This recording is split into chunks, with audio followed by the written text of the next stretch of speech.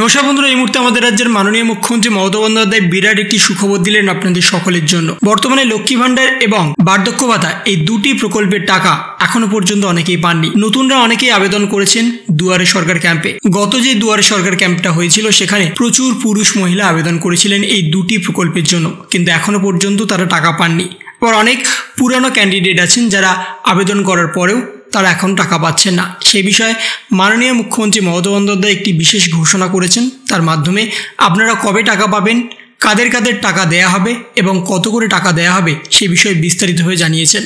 বর্তমানে যদি আপনারা এই দুটি প্রকল্পের জন্য আবেদন করতে চান তাহলে আপনাদের আবারও দুয়ারে সরকার ক্যাম্পের জন্য অপেক্ষা করতে হবে, অথবা আপনি যদি চান তাহলে বিডিও বা এসডিও বা আপনাদের গ্রাম পঞ্চায়েতের মাধ্যমে আবেদন করতে পারবেন। তার জন্য যে ডকুমেন্টসের প্রয়োজন সেই ডকুমেন্টসগুলো আপনাদের জমা করতে হবে।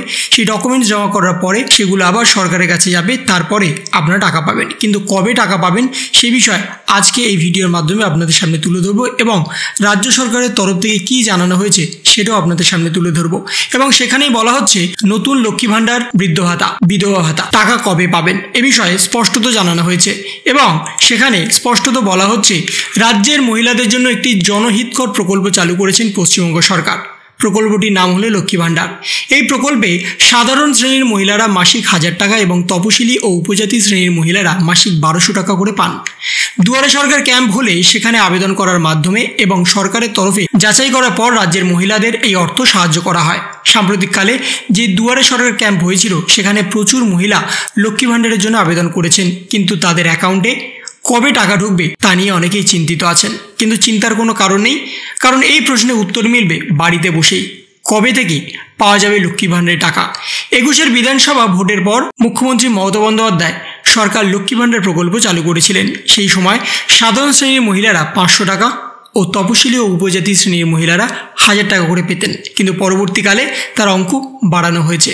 2024 সাল থেকে সেই টাকার পরিমাণ বেড়ে দাঁড়িয়েছে এখন 1000 টাকা এবং 1200 টাকা। এরপরে অনেকে ভেবেছিলেন এবার হয়তো লক্ষ্মী ভান্ডারের টাকার পরিমাণ কিছুটা বাড়ানো হবে, কিন্তু তেমন কোনো সুখবর এখনো পর্যন্ত দেওয়া হয়নি। তবে রাজ্যের লক্ষাধিক মহিলা লক্ষ্মী ভান্ডার প্রকল্পে সুবিধা পাচ্ছেন, তাতেই তারা খুশি।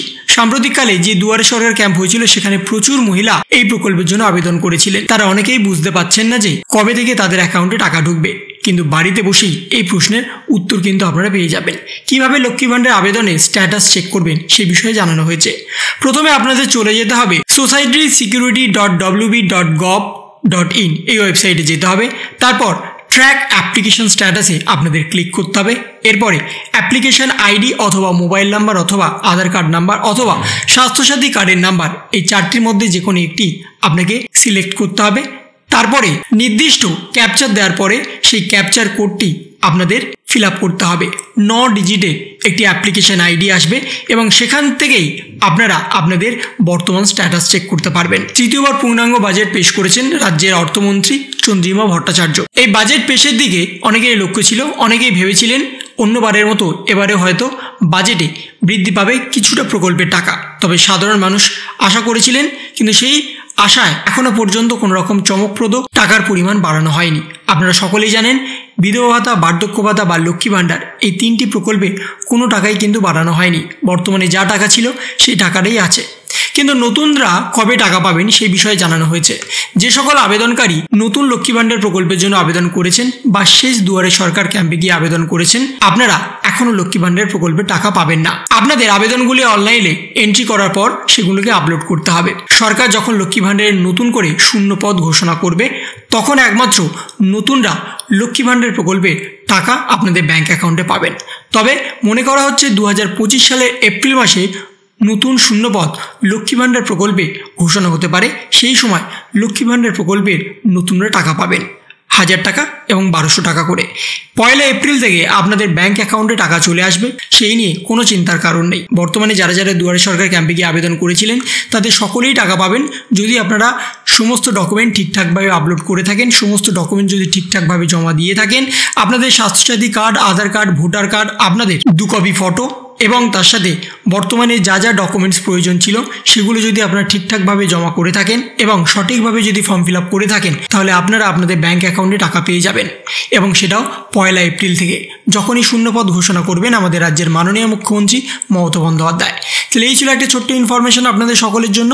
যদি আপনাদের ভিডিওটা ভালো লেগে থাকে তবে লাইক করুন, শেয়ার করুন এবং অবশ্যই সাবস্ক্রাইব করুন। তার পাশাপাশি আপনার মতামত কমেন্টের মাধ্যমে জানান। ভালো থাকুন, সুস্থ থাকুন, ধন্যবাদ।